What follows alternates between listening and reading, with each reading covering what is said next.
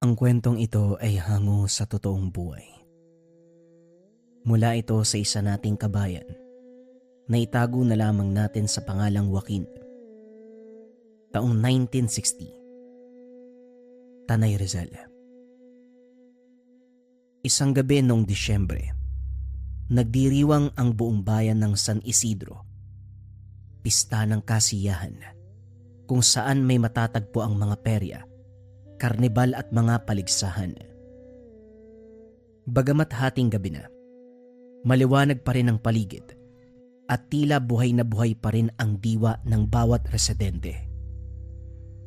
Si Manuel na nagtatrabaho sa Maynila, bumiyahe upang makasama ang kanyang mag-ina upang ipagdiwang na rin ang bagong taon. Tuwang-tuwa ang ama dahil marami itong dalang pasalubong sa pamilya. Habang nasa biyahe, rinig nito ang ingay sa bayan.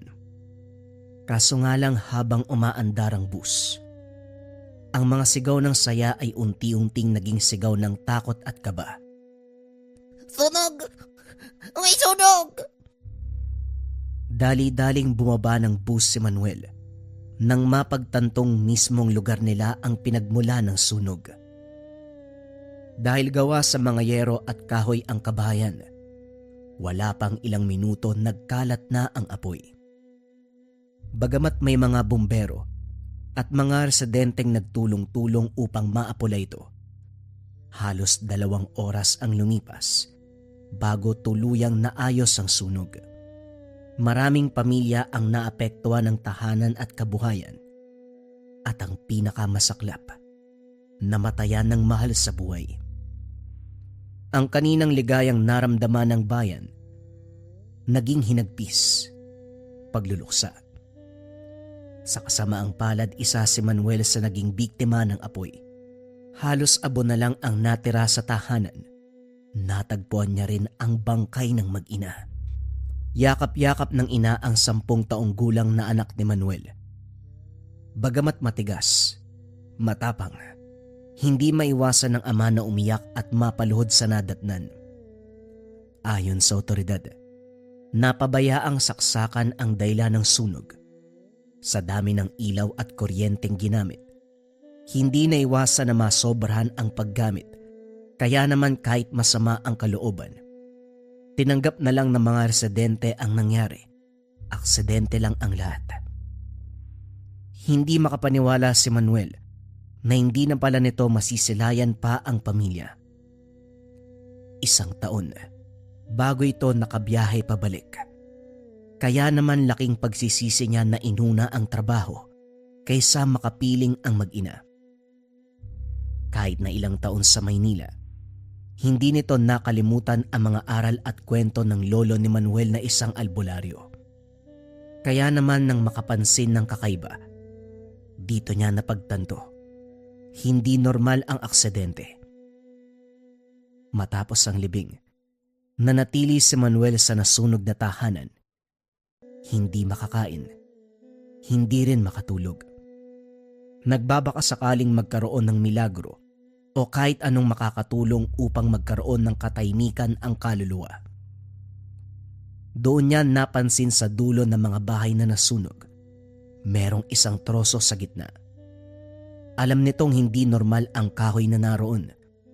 Bukod sa amoy insenso at sigarilyo, ito ang nag-iisang bagay na hindi nasira ng apoy, kahit na ang buong paligid ay halos abo na lamang. Upang makasiguradong tama ang hinala, lumapit si Manuel sa kilalang manggagamot ng bayan, si Mang Andoy. Si Mang Andoy ay isang manggagamot na dating napagbintangan na mangkukulam. Ngunit napatunayan ng matanda ang kakayahan nito sa itim at puting mahika. Kaso nga lang hindi niya ito ginamit sa kasamaan.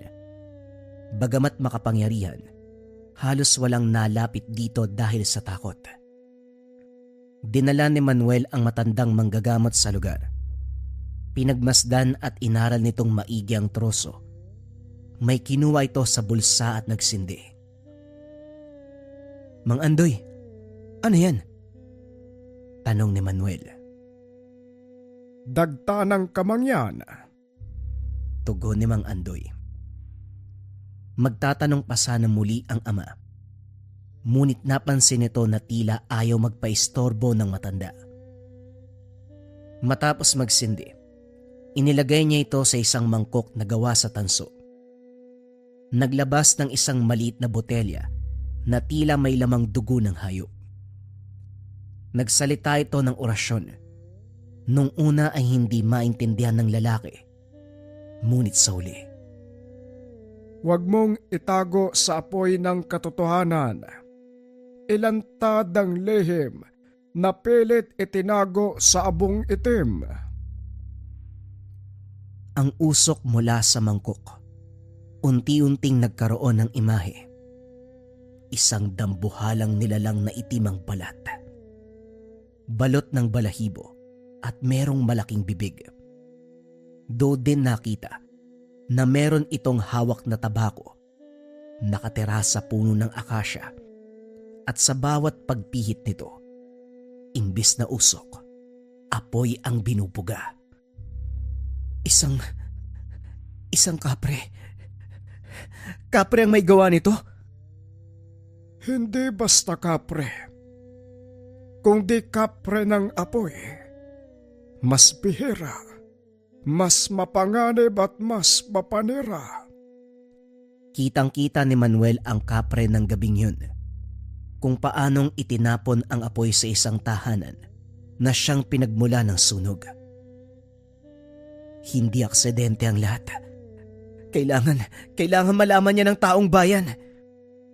Tama ka. Hindi nga ito aksidente, pero hindi din ito ginawa ng walang dahilan. Matapos ng kaganapan, pumunta si Manuel sa tahanan ng lolo, habang si Mang Andoy dumako sa kabilang bayan upang bisitahin ng isang dating kaibigan. Habang nasa tahanan ng lolo si Manuel, sa isang liblib na parte ng kagubatan, matatagpuan ang hindi kalakihang kubo. Napapalibutan ito ng iba't ibang uri ng halamang gamot at mga puno na may samot-saring bunga. Ilang beses kumatok si Manuel, kaso nga lang makalipas ang ilang sandali, napagtanto ng lalaki na walang tao sa tahanan. Sino ka, iho? Anong ginagawa mo riyan? Wika ng isang matandang babae. Nakakagulat naman po kayo, pero inaantay ko lang po yung lolo ko. Baka lumabas lang sandali eh. Si Kulas ba? Si Kulas ba ang lolo mo? Tama po kayo. Pasensya ya. Alam kong hindi ito ang gusto mong marinig. Pero hindi na ako magpapaligoy-ligoy pa. Matagal nang wala si Kulas. Ako na lang ang naiwan upang bantayan ang naiwang tahanan. Ano? Kailan pa ho? Ano pong kinamatay niya? Mahabang istorya, iho. Pasensya ka na. Pero kung gusto mo, pwede mo namang silipin ang tahanan ng lolo mo. Wari ko may kailangan ka sa kanya. Pakiramdam ko, mahahanap mo dyan. Teka, pwede bang malaman ko nung pangalan niyo? Marami akong ginagawa, iho. Huwag kang mag-alala. Magkikita pa tayo. Huling wika ng matandang babae. Kagad siyang umalis. Pagpasok ni Manuel sa tahanan, naubo ito sa dami ng alikabok sa paligid. Tila ilang taon nang walang naninirahan dito. Iba't ibang gamit ang naiwan. Mga baul, sandata. Ngunit ang umagaw ng atensyon, ang aklat na gawa sa abaka. Meron itong mga sulat kamay na wari galing sa kanyang lolo. Habang binubuklat ang bawat pahina, iba't ibang orasyon ang tumambad kay Manuel. Ngunit ang pumukaw ng interes, ang paraan kung paano gumawa ng agimat ng uling ng katandaan. Ayon sa sulat, kailangan itong maganap ng pinakamatandang puno ng balete at kunin ang sanga nito. Sunugin gamit ang apoy ng pighati. Isang apoy na gawa sa damit ng namatay na anak at dugo na nagluluksang ama. Isasabay ang pagbibigkas ng mga salita. Sa uling ng pagluha, sa dugo ng nawala, itigil ang galit, sunugin ang halimaw na may sala. Kung tama ang pagkagawa, isang kwintas ang dapat lalabas, gawa sa uling na hindi nauubos ang gitna, at ang tela ang magsisilbing tali sa agimat. Tinanda ni Manuel ang lahat ng kailangan maging ang orasyon. Hinanap si Mang Andoy upang mangingi ng tulong. Kasama ang matanda, nagtungo ang dalawa sa kabilang parte ng bayan. Mas masukal ang daan, mas liblib ang lugar. Bagamat terik ang araw, madilim ang paligid. Sa dami at taas ng mga puno, halos hindi dumapo ang sinag sa kanila. Napatingin mula sa baba paitaas si Manuel nang makita ang isang tila higanteng puno ng akasya. Halos kasing laki lang ng maliit na kubo ang lapad ng troso nito. Napakalaki ng mga dahon, mas malaki pa sa palad ng mga kamay. Kumatok si Mang Andoy sa ugat ng puno. Makatapos ang ilang beses, isang matandang babae ang lumabas mula sa ilalim. Nagulat ito nang makita ang isang pamilyar na muka.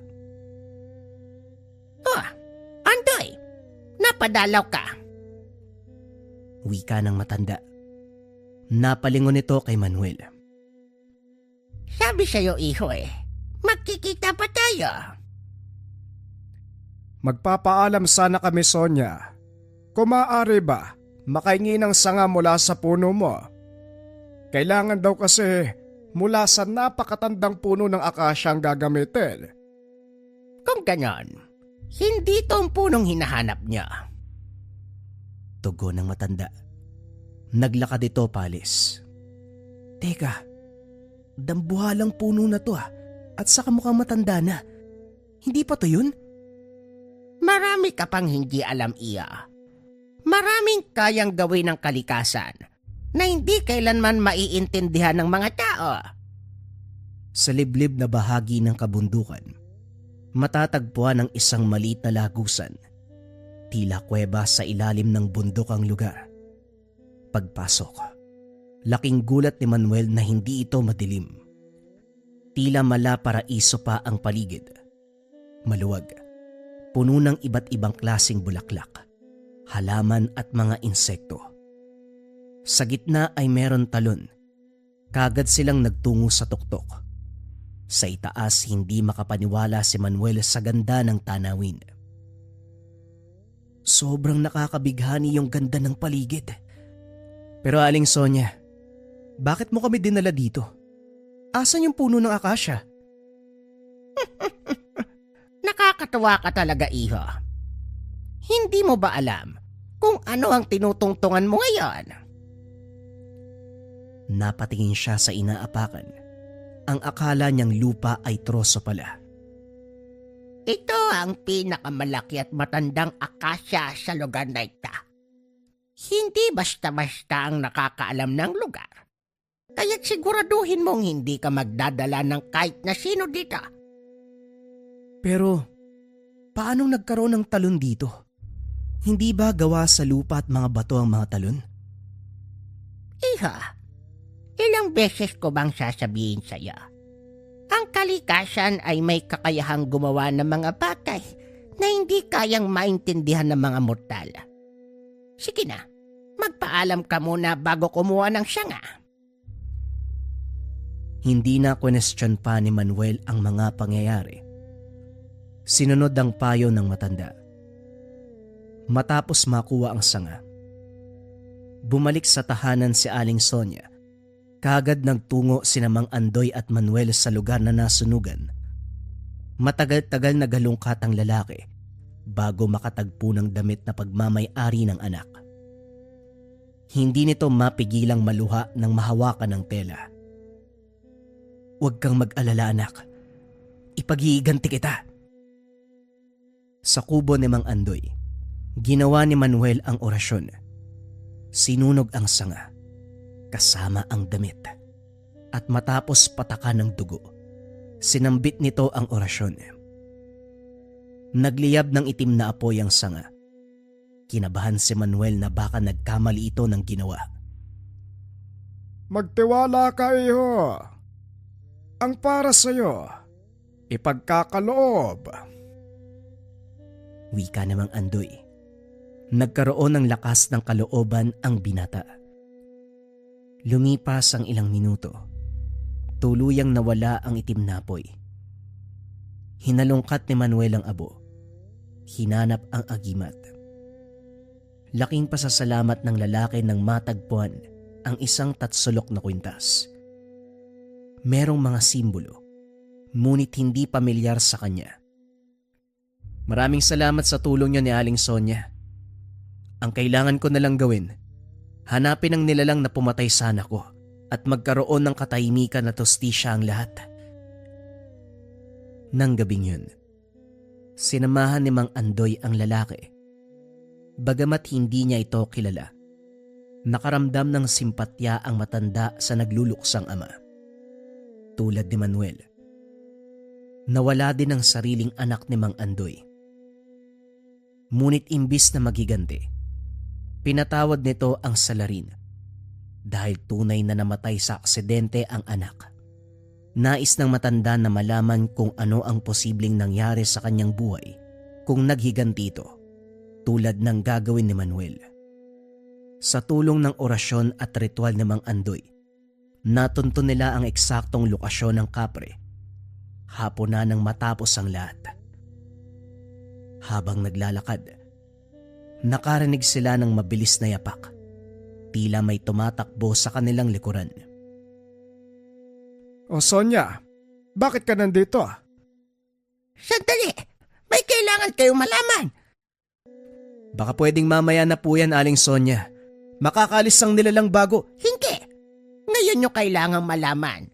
Ang kapring nais nyong patayin, hindi niya ito ginawa ng walang dahilan. Ano pong ibig niyong sabihin? Ang kapring yon ay bihira dahil meron itong kakayahan sa apoy. Isa siyang tagapangalaga ng kagubatan. Matiwasay at payapa ang lahat. Pero nagbago ang lahat nang dumating ang mga kababayan mo. Ilang taon na nakalipas, pero wala kahit isang nangingi ng tawad o bumawi sa mga kasalanang nagawa sa kanya ng mga tao. Pinagpuputol ang mga puno. Sinunog ang kanyang lupain. Ginawang patag ang kabundukan upang gumawa ng mga establishmento. Tinapon ang mga basura sa kanyang sapa at tinanggal din siya sa sariling tahanan. Ilang taong sumubok ang kapre ng apoy na magintay. Nagpapakasakaling matauan ng mga tao at bumawi sa mga kasalanan.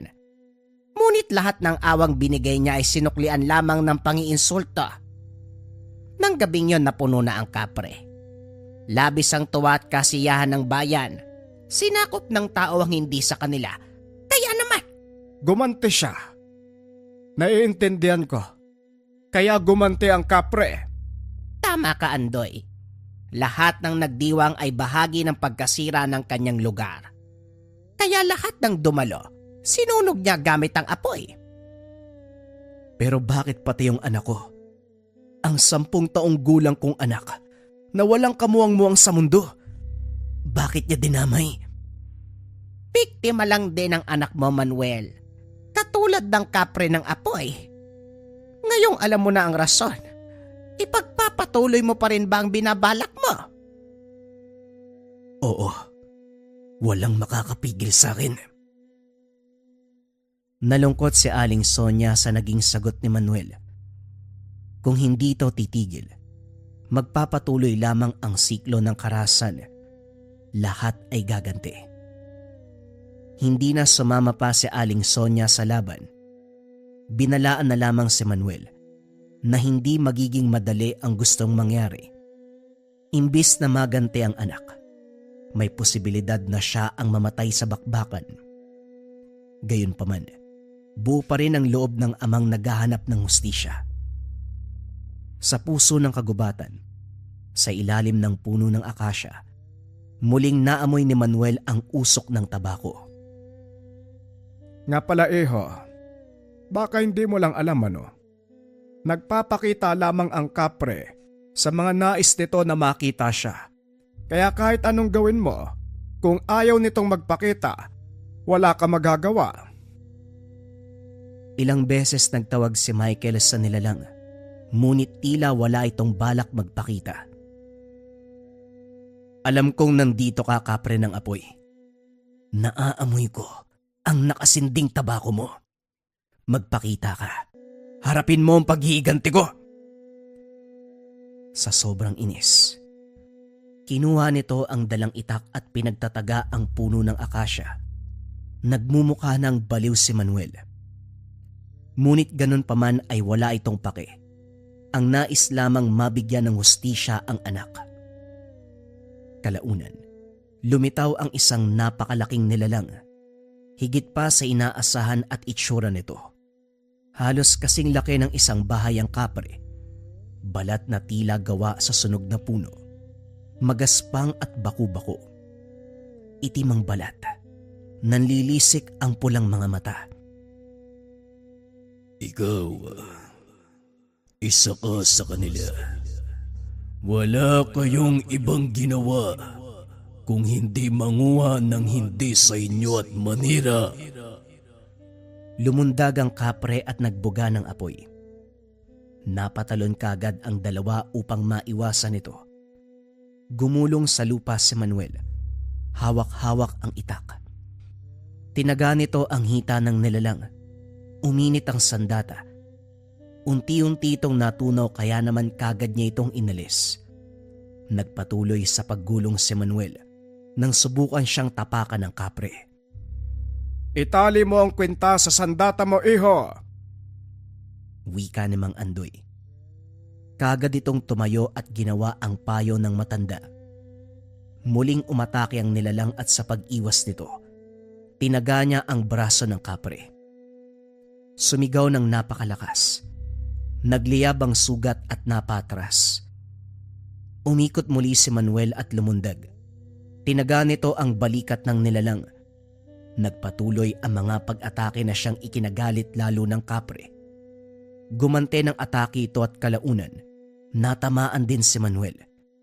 Sa lakas ng hampas, napatras ng malayo ang lalaki. Humalakhak ng napakalakas ang nilalang. Malademonyo ang ingay nito. Nanlaki ang mga mata ni Manuel nang mapagtantong nawala sa paningin ng kapre.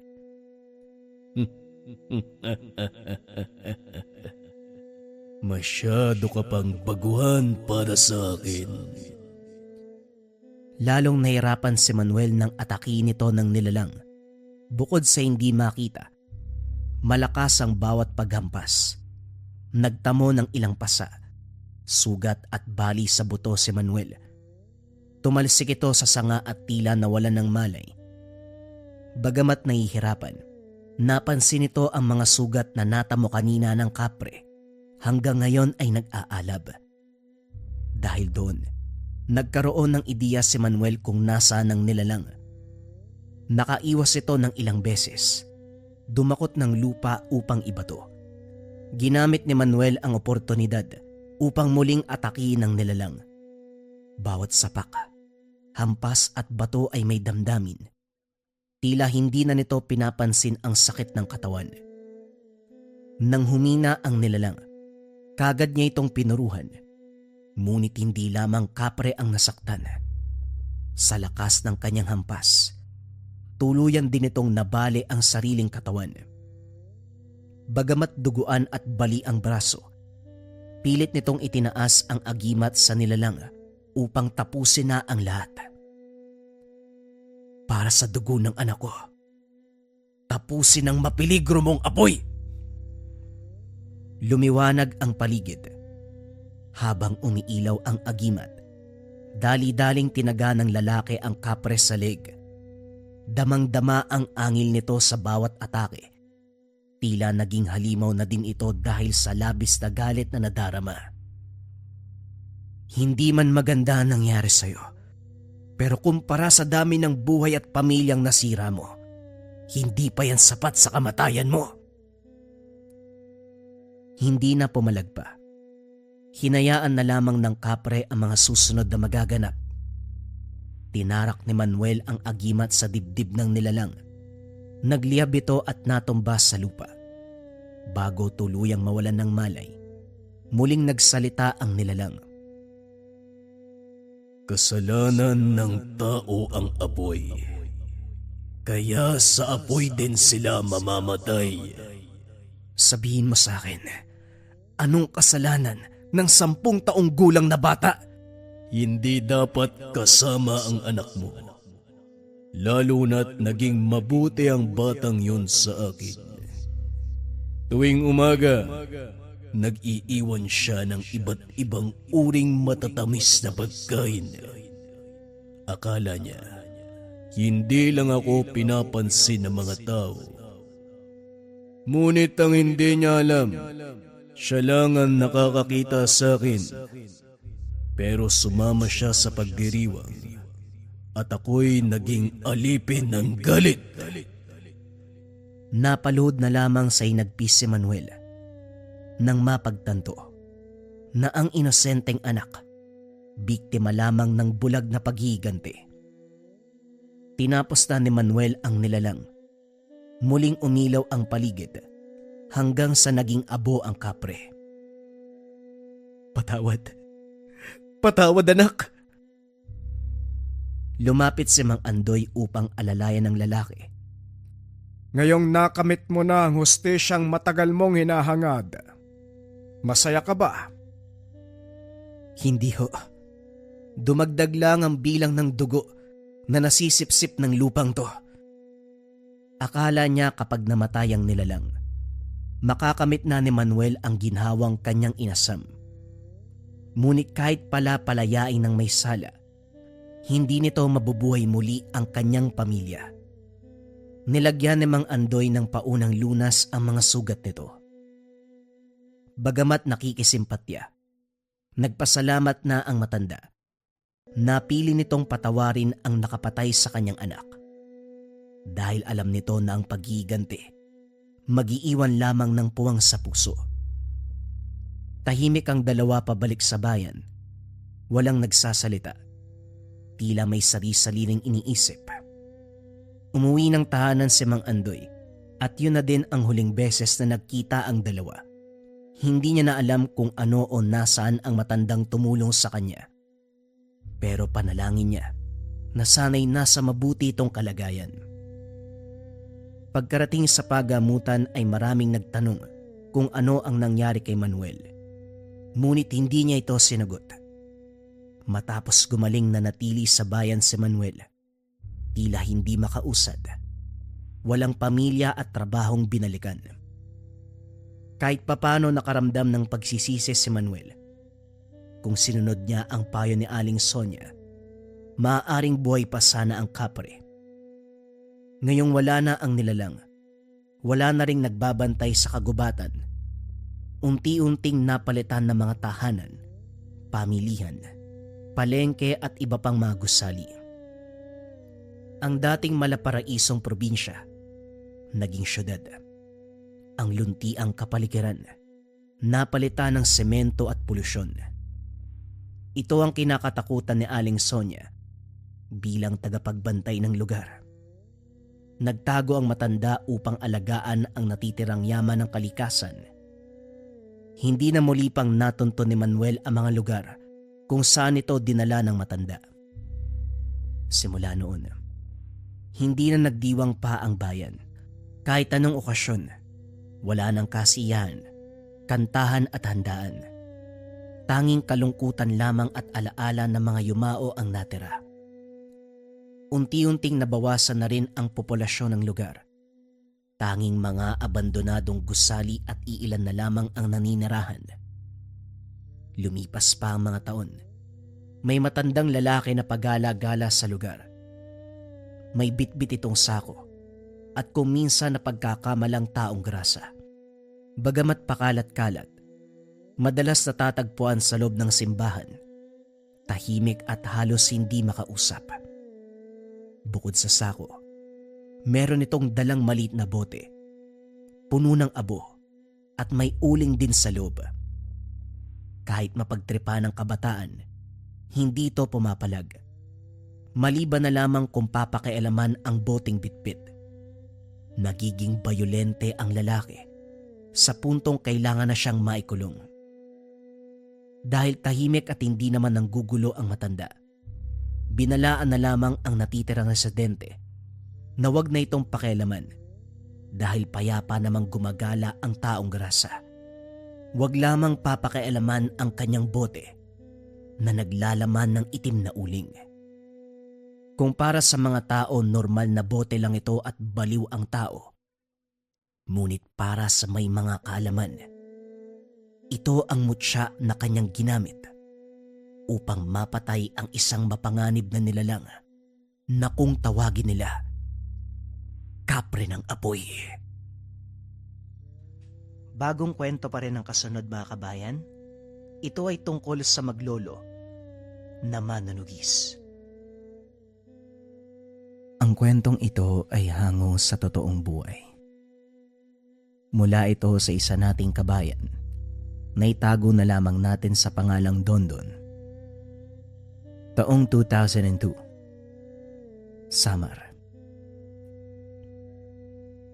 Lumaki si Dondon sa piling ng lolo at lola na ginagalang bilang mama at papa.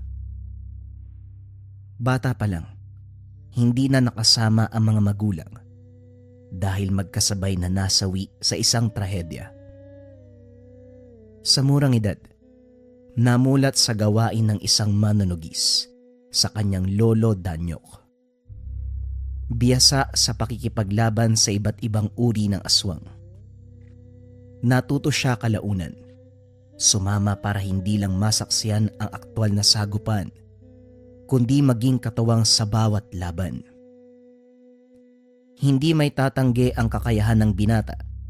Maayos na nahubog ng lolo. Umaga pa lang, hindi na malaman ni Lolo Danyok kung ano ang gagawin sa mga alaga. Lahat ng baboy at kambing nakahandusay sa sulok ng kulungan. Ilang buwan na silang ginugulo ng angkan sa hindi malamang dahilan, basta na lamang itong sumalakay. Kung hindi sila ang inaatake, mga alagang hayop ang pinagdidiskitahan, pero sa pagkakataong ito walang tinira. Danyok, bakit parang iniipit tayo ng sitwasyon? Pilit tayong nagpipigil para hindi mapatulan ng pagmamalupit ng mga aswang. Pero patuloy lamang silang namiminsala. Hindi na tama ang nangyayari. Wala na tayong kabuhayan. Wika ni Lola Sonia. Sa tingin mo ba natutuwa ako sa nagaganap? Ubus na ang pasensya ko sa angkan na yon. Nananahimik tayo pero ito sila. Nagsisimula ng gulo. Tama na ang panggugulo sa atin. Panahon na para lumaban. Dondon, maganda ka. Dahil sa muli nilang paglusob, lalaban tayo. Nakahanda na ako noon pa, Papang. Hudyat niya lang ang inaantay ko. Tugon ni Dondon. Teka, pinabalak niyong kumalaban sa kanila. Danyok, alam kong may laban tayo dahil sa mutyang tangan mo. Pero maraming madadamay sa oras na mangyari yan. May mga kapitbahay tayo. At alam mo rin ang kanilang kondisyon. Hindi ba pwedeng kumalma na lang muna tayo? Baka titigil din sila.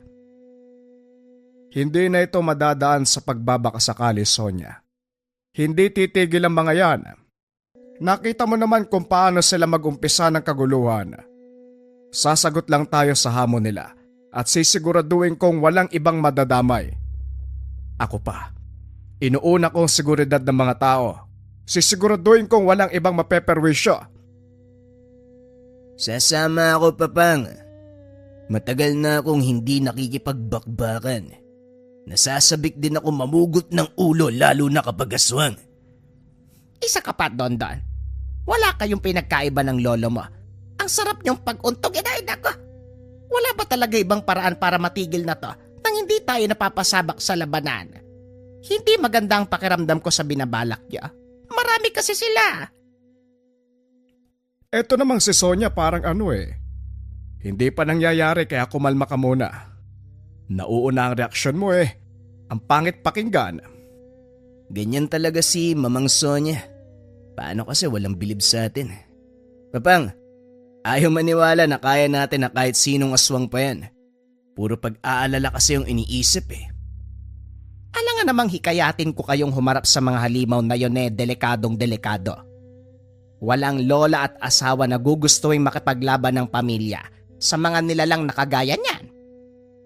Oo na, ang dami pang sinasabi eh. Doon ka na lang sa kusina.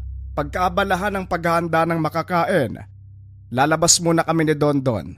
Ililibing ang mga alaga. Pagkatapos mabitbit ang mga kagamitang panghukay, isa-isa nilang kinarga ang mga alagang patay. May kapitbahay pang gustong bumili dahil uulamin. Gagawing pulutan pero hindi pumayag si Lolo Danyok. Tigil-tigilan nyo nga yung pagiging hayok sa karne. Biktima ito ng aswang at hindi tayo sigurado kung may iniwang lason sa katawan ng hayop. Kung sakaling makain nyo at umepekto, kasalanan ko pa. Naghahanap lang kayo ng problema eh. Ito talagang si Lolo Danyok. Ayaw kaming patikimin ng masarap eh. Tamang-tama yung gawing pulutan ng tataba eh. Bibili naman namin sa tamang presyo. Kung gusto nyong kumain ng karne, pumunta kayo sa palengke. Ilang minutong lakad lang naman yan. Huwag tong mga alaga namin dahil biktima ng nilalang. Delikado sa kalusugan at buhay. Makinig kayo ah. Huwag nang ihirit at baka mahambalos ko kayo ng piko. O narinig niyo si Papang, huwag na kayo magsalita ah. Doon na lang kasi kayo sa palengke bumili. Hindi na nakapalagpa ang mga tambay. Makukulit ang mga ito at hindi madaling pakiusapan. Tumulong naman ang apo sa pagpapalis kaya walang naging problema. Habang isa-isang ibinababa sa hukay ang mga alaga, napansin ni Lolo Danyok na may kakaibang bakas sa mga sugat. Nagkukulay berde, namamasa na parang nana. Kumuha siya ng dahon, ipinahid doon pagkatapos ay itinapon sa tabi. May pusang lumapit at dinilaan. Lumipas pa ang ilang sandali ay nagwala ito. Naglupasay hanggang sa hindi na gumalaw. Na paano yun, Papang? Ano yung tinapon nyo? Patay ang pusa. Tanong ng binata. Pagkatapos masuri ang kalagayan ng hayop. Galing yan dito sa sugat ng alaga natin. Nag-iwan ng laso ng mga aswang. Tignan mo ang pusa. Ilang segundo lang ang tinagal matapos malunok ang lason. Ang angka na yon. Gusto talaga ng gulo eh. Don mamayang gabi, siguradong lilitaw sila para manggulo. Handa ka bang sumabak kung sakaling mapapalaban tayo? Tinatanong pa ba yan, Papang? Siyempre naman. Nangangati na nga yung mga kamay ko eh. Mabuti. Maganda ka talaga dahil sa oras na makaharap natin ang angkan, wala tayong ititira. Ibibigay natin ang leksyon na nararapat para sa kanila. Sisingilin natin sa panggugulo. Nga pala, Papang, bakit ba nila tayo inaatake? Wala akong maisip na rason para maging ganito eh. Ikaw ho ba? May nagawa ba kayong mali tapos sinisingil sa ganitong paraan? Huwag yung mamasamay na. Nagtatanong lang ho ako. Napabuntong hininga si Lolo Danyok. Maging siya ay naguguluhan kung paanong umabot sa puntong ito. Ang tanging alam lang, nanunugis lamang ng aswang na gumagambala sa lugar. May katagalan na rin ang huling inkwentro at wala siyang inagrabyado kahit sino. Sa isip-isip niya, marahil gusto lamang ng nilalang na manggulo upang mabawasan ang manunugis sa lugar. Noon pa ako napapatanong doon eh. Hindi ko talaga alam. Malinis ako magtrabaho at sinisiguradong walang ibang madadamay. Diretso ang laban ko sa nilalang na salarin. Hindi lumihis o ibubuntong sa iba. Sa palagay ko, gusto lamang ng aswang na ito na mawala tayo. Kung sa bagay, ilang lahi na ang ating napuksa. Nangangamba siguro na isusunod kaya inunahan tayo. Malas lang nila. dahil wala sa bokabularyo ko ang pagiging talunan. Kahit sila pa ang pinakamataas na uri ng aswang, hinding-hindi ko yan aatrasan. Basta Papang, ano man ang mangyari nandito lang ako. Isama mo ako sa lahat ng lakad magmula ngayon. Harapin ko ang bawat laban na makakasalubong. Hindi ako makakapayag na magpatuloy ang ganito. Baka sa susunod, mas malala pa ang mangyayari. Bago pa ito maging sakuna, pigilan na natin. Pagsapit ng hapon naghanda ang maglolo. Inilabas ang punyal. Pangontra, lalo na ang pinakamalakas na medalyon. Parehong nagdasal, hindi makapag-intay sa mangyayari mamaya. Eh, Diyos ko, kung sakaling mapapasabak sa laban na ito ang aking asawa at apo, huwag niyo silang papabayaan. Ipadala mo rito sa lupa ang iyong mga anghel upang magsilbing gabay. Diyos ko, ikaw na ang bahala sa kanilang dalawa. Kung magdasal ka nga, Sonia, pwede bang sarilihin mo na lang? Huwag mong ibukas sa bibig mo dahil maririnig namin yan. Nagdadasal din kami dito. Baka malito yung Diyos kung kaninong dasal yung didinggin. Konting baba naman ang boses dyan. Tanyok, talaga bang lalaban kayo? Eh, Diyos ko, naghahanda na nga sila. Etong si Dondon isasama mo. Dumito ka na lang, apo, para kahit papano may kasama ako magdasal. Kinakabahan ako para sa inyo eh. Napakaano mo talaga. Ngayon ka pa nagkaganyan. Ilang beses na kaming nanugis. Walang pinagkaiba ang laban ngayon sa dati. Aswang lang din na makakasagupa. Tigil-tigilan mo nga ang ganyan, masakit sa tainga eh. Kanina ka pa eh. Wika ni Lolo Danyok, naririnde sa salitang paulit-ulit. Mamang, wag ho kayo mag-alala. Ang totoo, wala ka nga dapat ipag-alala eh. Alam namin ni Papang ang gagawin. Hindi kami makikipagtuos kung alam namin na wala kaming laban. Mamang, magtiwala kayo kay Papang. Siya kaya ang isa sa pinakamalakas na manunugis ng aswang sa balat ng lupa. Wala pang nakakatalong nilalang sa kanya. Ni hindi nga nagkaroon ng galos sa labanan niyan. Ang sabihin mo, kumakampi ka pa sa kanya. Parehong-pareho talaga kayo mula noon hanggang ngayon. O siya, ako nang maiwan dito sa bahay. Magdarasal ako. Yun lang naman ang magagawa ko eh. Kung marunong lang akong humawak ng patalim, edi sana sumama ko sa inyo. Dumito ka na lang. Magbantay ka ng tahanan. Hindi naman kami magtatagal doon eh. Makalipas ang ilang sandaling paghahanda. Naalerto na sila dahil nangangamoy ang paligid. Lumalantad sa hangin ang bakas ng mga aswang. 3 ang nabilang ni Lolo Danyok pagkatapos masilip. Noong nakaraang mga araw ay 2 hanggang 4. Tinignan niya ang ibang bahagi ng bakuran. Malinaw na nakikita ang figura ng aswang. Nagtatago sa nagyayabungang halaman. Maging alisto ka, Dondon. Unti-unti silang lumalapit.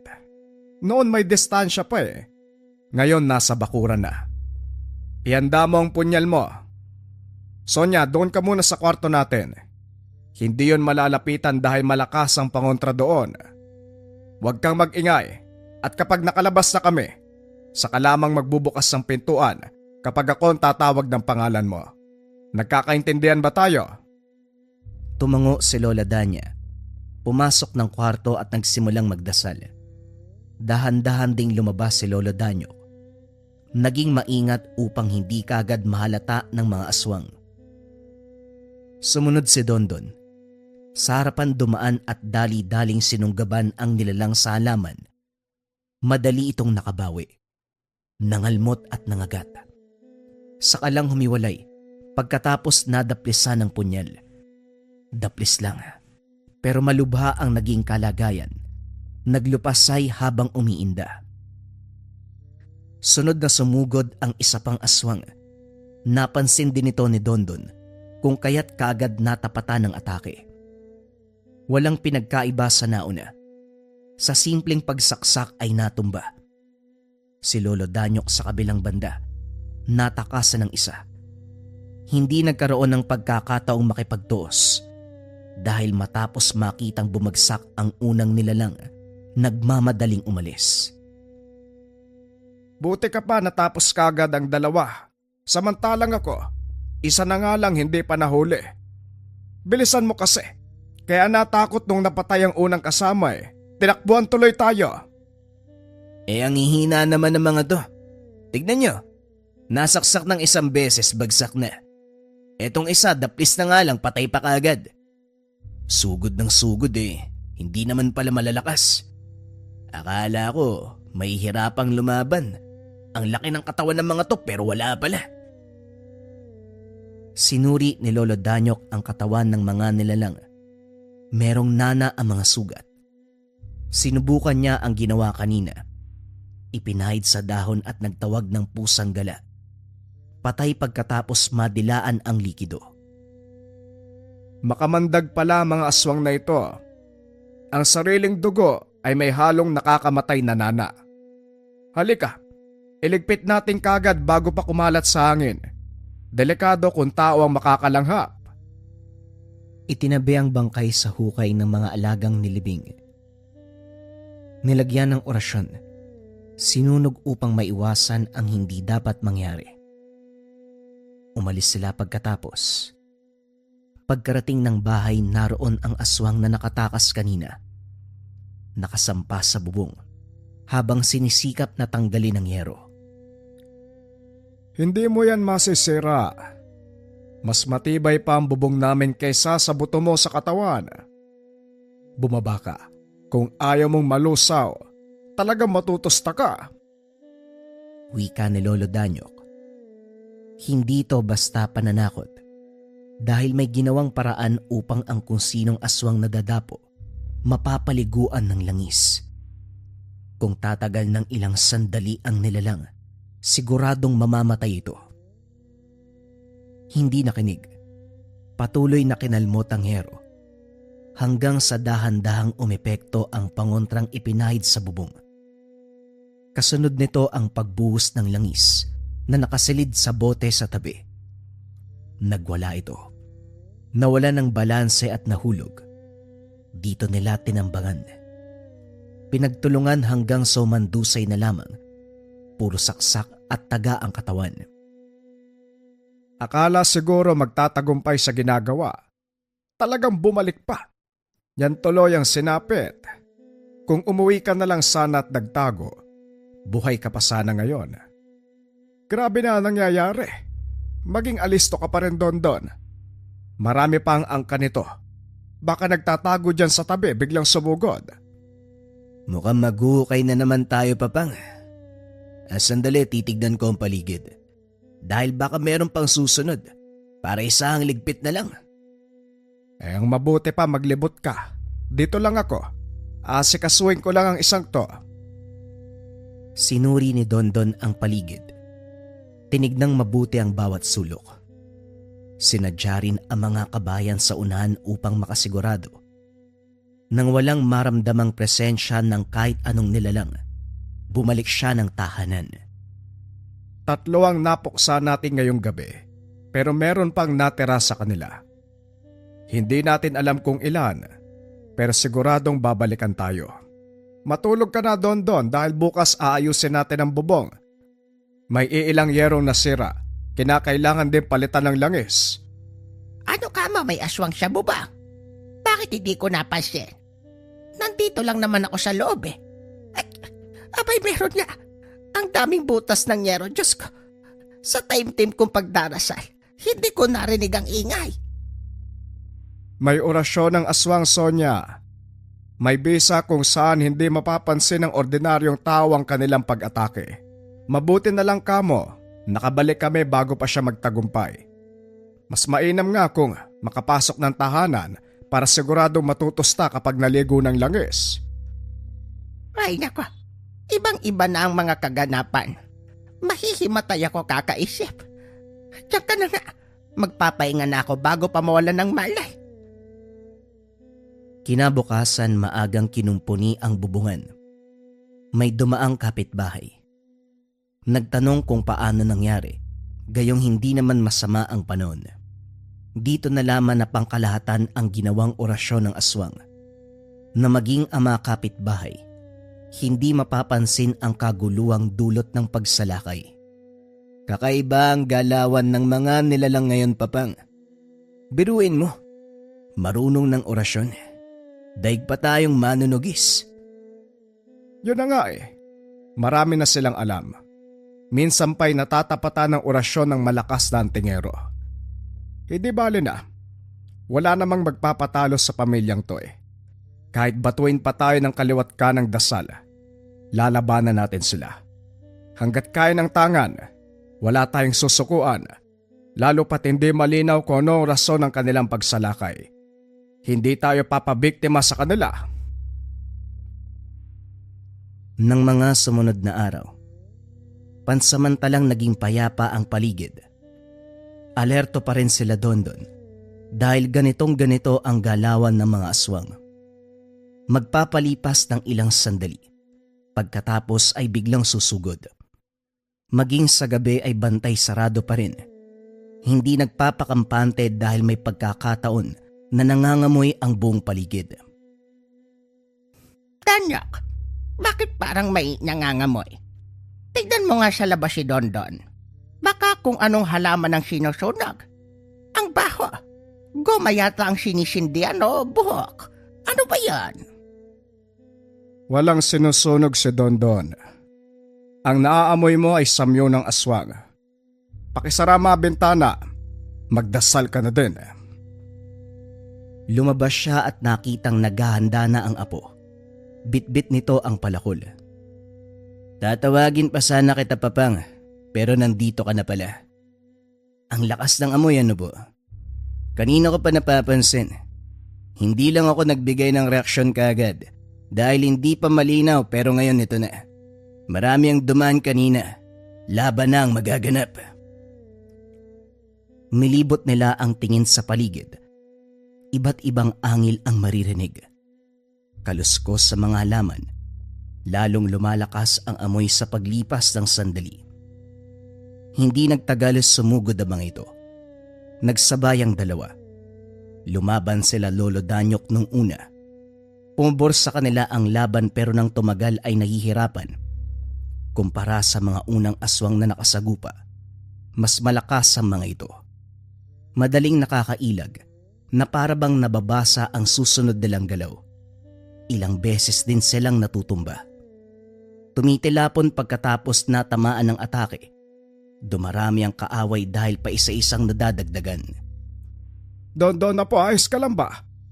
Hindi ko alam na mas malakas pala ang mga ito kumpara sa mga nauna. Pero walang susuko. Kaya mo pa ba?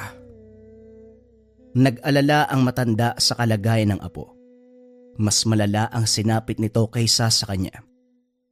Ilang beses binalibag, pinagtulungan, pero dahil may tangan hindi gaanong napuruan.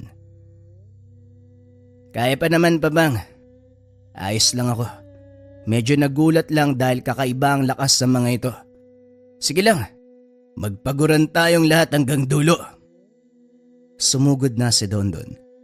Sabay na inatake ang dalawang nilalang. Kumilos na rin si Lolo Danyok na ipinamalas ang bangis pagdating sa paggamit ng orasyon. Sinabayan ng patalim hanggang sa nagawang maisa ng halimaw. Humandusay na ito. O ayan, bumagsak na ang isa Dondon. Gamitan mo ng orasyon.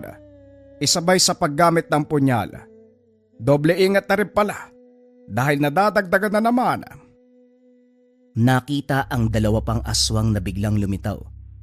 Sa dami ng samyong nagpang-abot, nalilito kung saan galing ang iba. Hoy, ilan ba kayo? Napakadami nyo naman. Dalawa lang kami ni Papang dito eh. Tapos kayo padami ng padami habang tumatagal. Grabing pandaraya naman yan. Reklamo ni Dondon. Sinagot lang ito ng pag-angil at muli na namang nagtuos. Hindi kaya ng lakas at patalim lang, kaya sinabayan ng orasyon. Maayos ang resulta nung una dahil nagawa nilang makalamang. Pero nang tumagal ay gumamit din ng orasyon ang mga ito. Nahirapan silang lumaban, nakaramdam ng panghihina. Hindi na maganda to, Dondon. Labanan mo ang orasyon nila. Huwag kang magpapatalo. Nagkarga ng mas mataas na uri ng depensa. Mas pinagtibay ang paggamit ng punyal. Hindi nagtagal isa-isa nang bumabagsak ang mga ito hanggang sa wala nang natira. Napasalampak din sila sa lupa dahil sa nararamdamang pagod. Tapos na ang laban pero mabigat pa rin ang kanilang pakiramdam. Sa tingin ko, kalahating aswang, kalahating mangkukulam ang mga ito. Ang dami kong baong mahika.